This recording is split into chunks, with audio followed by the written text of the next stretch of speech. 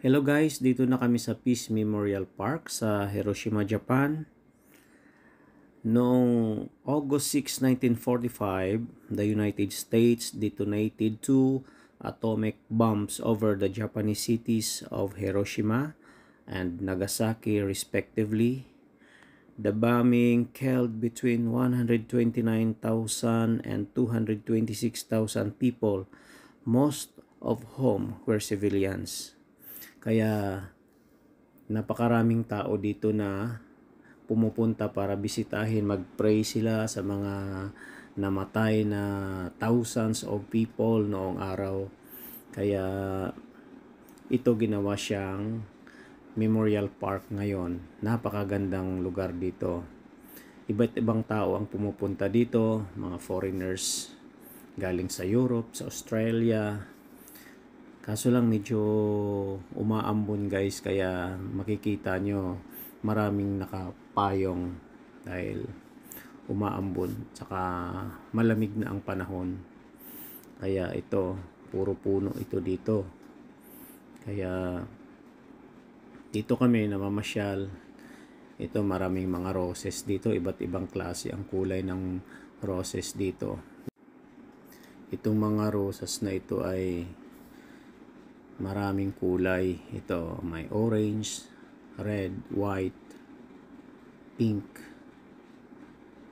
Ayan, kung makikita nyo guys,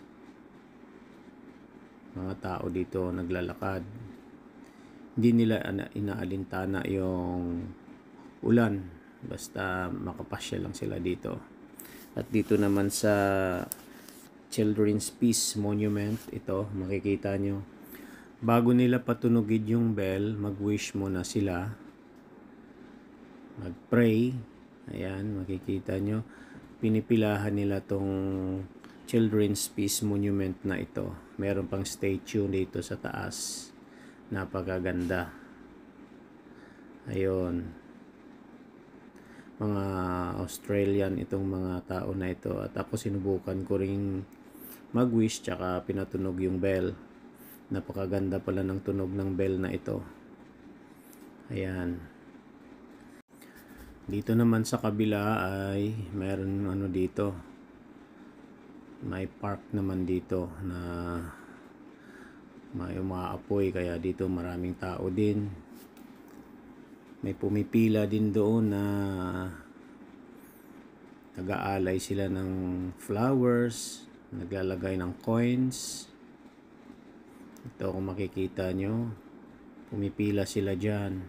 May mga flowers sila, siguro para sa mga souls nung araw na ninuno nila na namatay. Dito naman yung memorial hall nila sa ilalim, may mga nakalagay doon.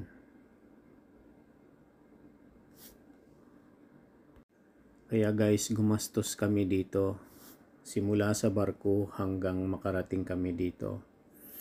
Mga kulang-kulang 3 oras yung biyahe namin.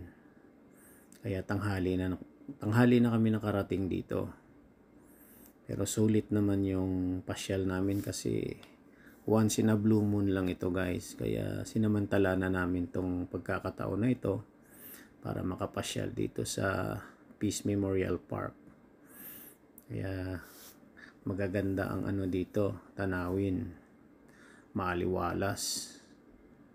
Ayan, tingnan mo yung mga kasamahan ko guys. So, kahit naambon, okay lang sa kanila. Enjoy naman sila.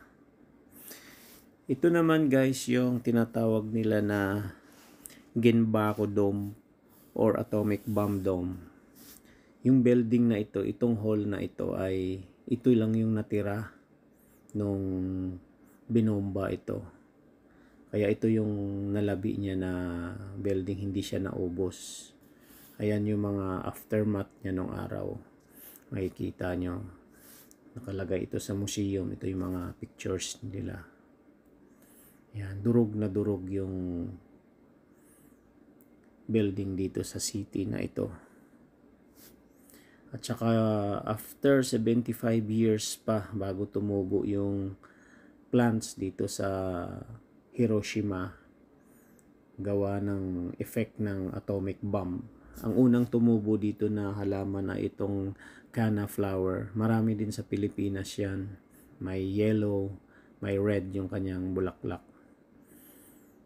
Kaya yung canna flower tumubo lang siya doon sa durug-durug na mga bato na nasunog.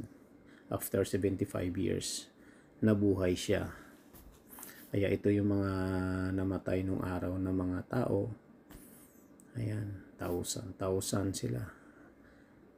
Makikita mo yung mga pictures, may mga bata. Maraming mga civilians na namatay doon sa bombing na yun.